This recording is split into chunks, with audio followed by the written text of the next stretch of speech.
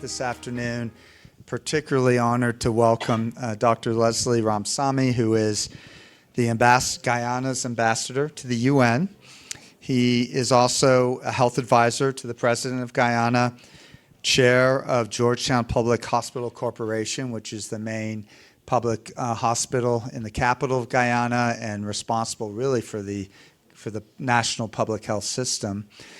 Former Minister of Health and Agriculture.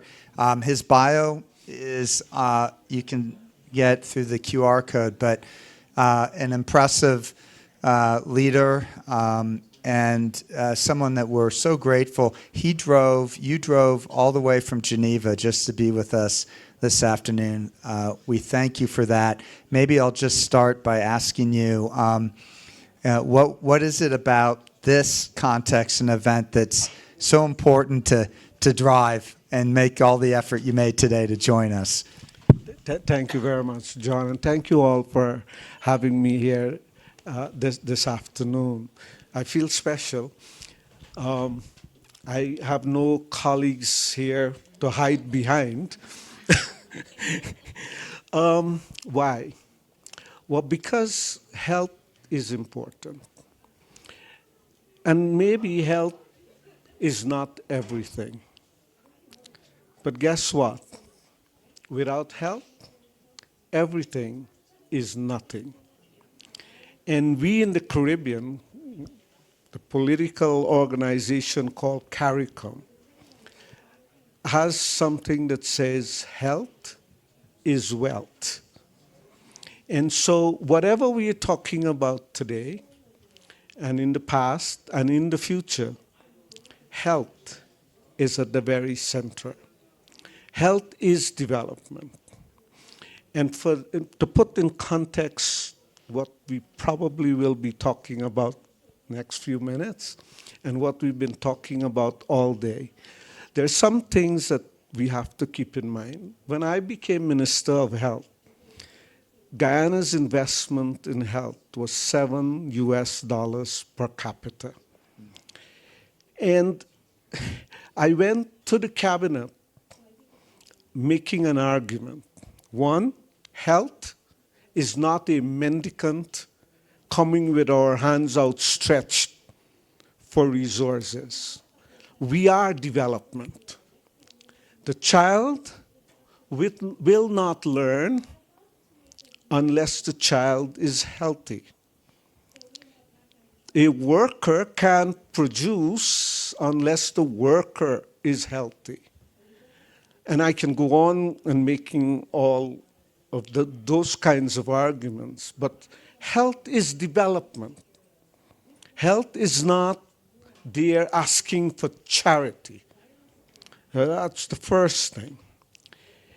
And the second argument I made was exactly what I said to start, that health might not be everything, but everything is nothing without health. And therefore, governments must invest in health. It's a public good. The next thing that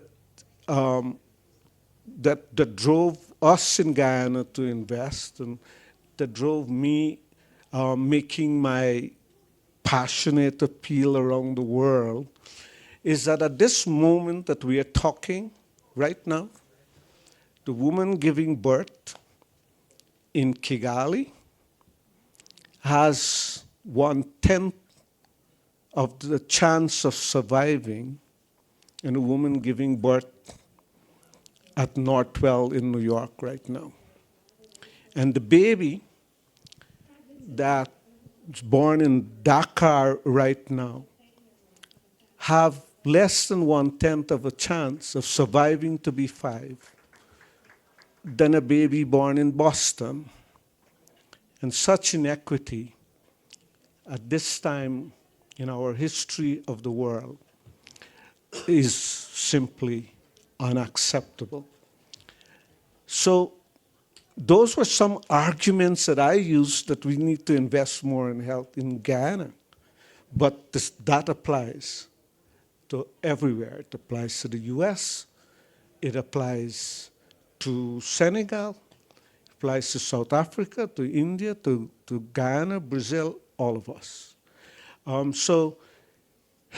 But there are some unique things about health ministers and health ministries today. Because in investing in health and preparing health so that we remove the inequity for women's health, children's health, etc., we're faced with some challenges.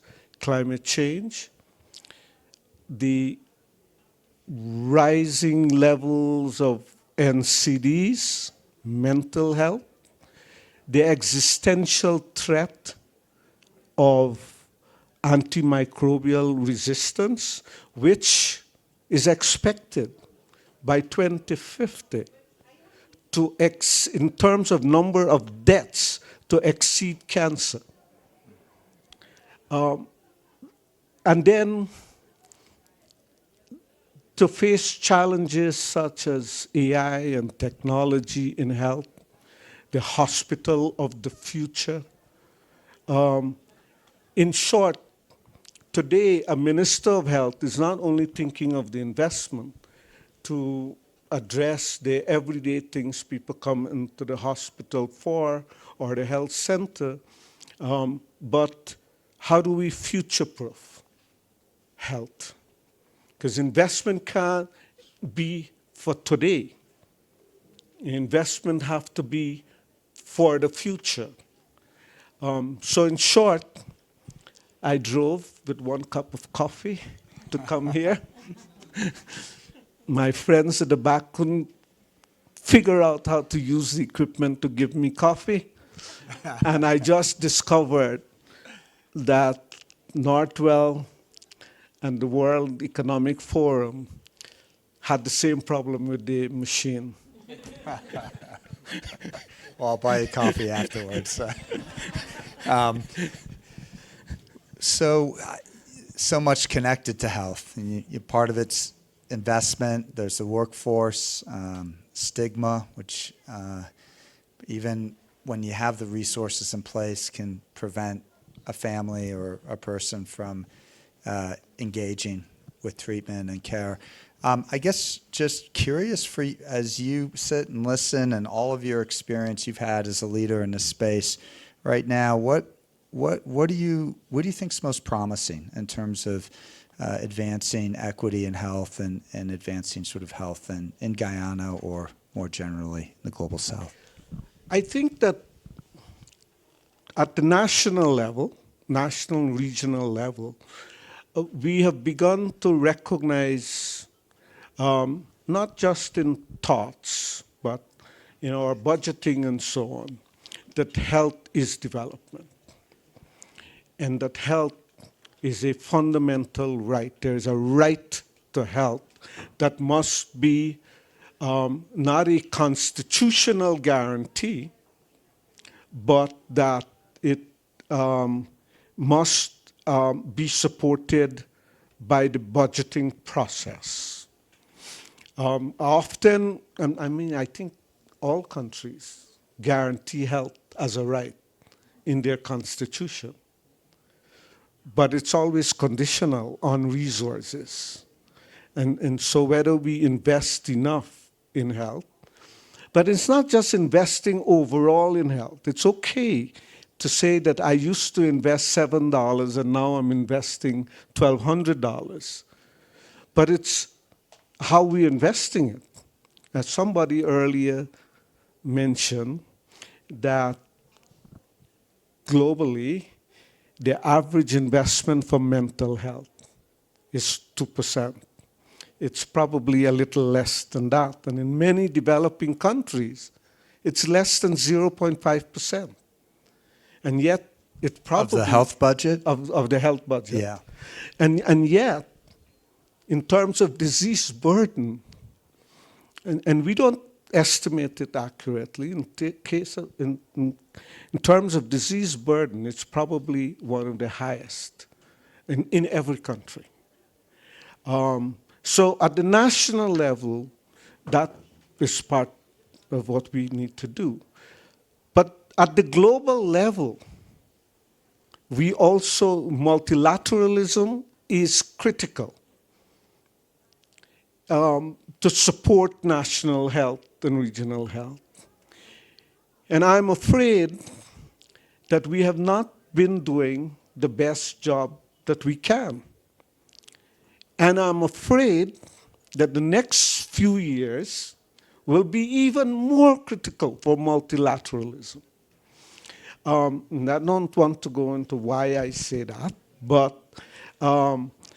listen, somebody earlier said too, the WHO, I think you said it, the WHO has many faults and flaws, but the world is worse off without the WHO. And if we take a simple thing like the pandemic, when the pandemic came, it came at a time when, for decades, we've been talking about the next pandemic, but we didn't do anything.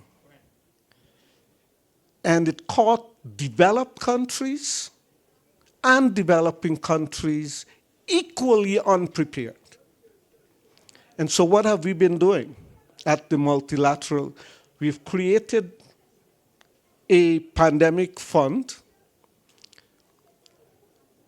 but many countries can't benefit. The countries in the most need can't benefit yet. We talked about the pandemic agreement. It was supposed to happen by 2022, remember? We're going to May with little chance of agreeing. But if we do, and when you get back to wherever you have to go, check it. The agreement that they might approve is an aspiration. It doesn't say we must do this. It says if we feel like doing it. In essence, that's what it is. Some of us were born when we were born at the time when we start talking about antimicrobial resistance. I was a student in New York when we were talking about antimicrobial resistance. We're still talking about it. One Health. Because One Health is the answer if we're going to deal with pandemics and be better prepared. And I listened to the last session and sessions before, outside of the equity issue that I talked about. There are still countries that have surveillance systems that are just weak, if it exists at all. And we're talking about surveillance system that is not deep. It doesn't go to the root causes of public health crisis that we have. Because COVID didn't start when the first human passed it on to the next. It started before. It started from a zoonotic source. So when it comes to multilateralism, we desperately need it. We are pussyfooting. I don't know if I should use that word. but that's what we're doing. And so we need to get serious. There are lots of things. The question that you asked and that was dealt with before, we can make it easier. I made a point in private conversation. Why is it that 90% of developing countries don't have an electronic medical record? It's something that we have the capacity globally to ensure that every citizen of the world has medical records that are in an electronic form. So, and that depends on us working together to make it happen. And yes, we're doing a little bit more partnership between developed and developing world. And, and maybe it is more developed with private arrangements. Northwell, Mount Sinai, institutions in the US and Canada and Europe working with countries. So when I became Minister of Health, we had 170 doctors, 150. We had 8 dentists. This is the whole country. Today we have about 150 dentists, and we have over 1,300 doctors. Wow. We had some specialists, but they came from India and Cuba and China, and some Baha'i volunteers. Today,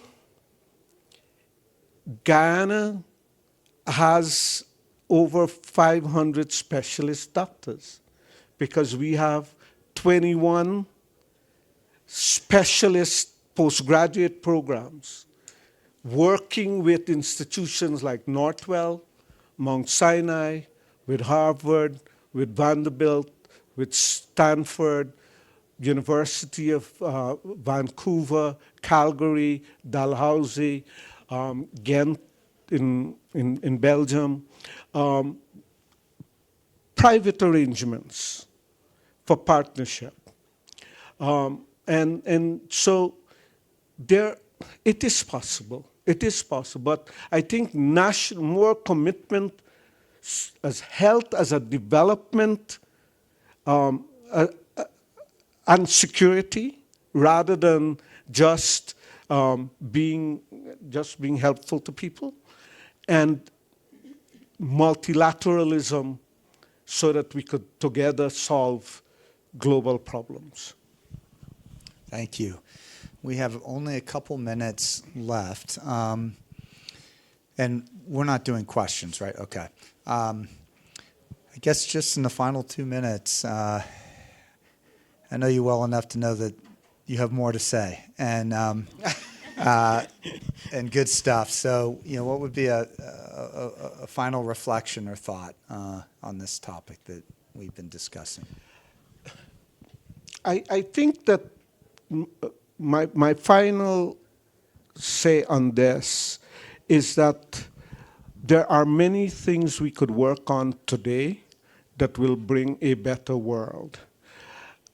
If we work together, we can ensure that people have access to the things, whether it's AI that will help reduce the gap, whether it's access to medicine, to diagnostics, etc.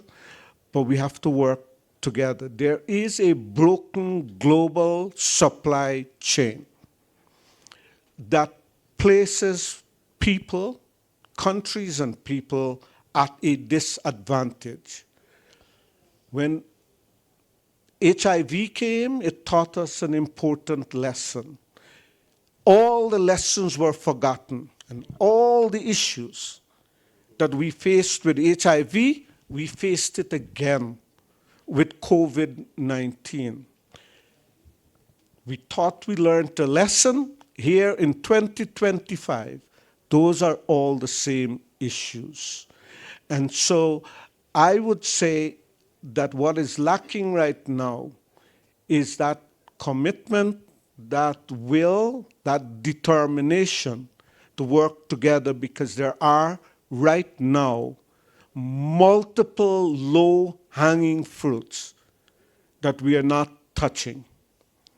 And if we could do those, if we could ensure that the perennial problems of maternal mortality, child mortality, access to vaccines and medicines, the IP issues that deprive people, as good as it is, but IP hegemony hegemony also prevent people from access. If we could just work together to reduce or eliminate these constraints, we will make a better world. And therefore, I'm saying the time for future-proofing is now.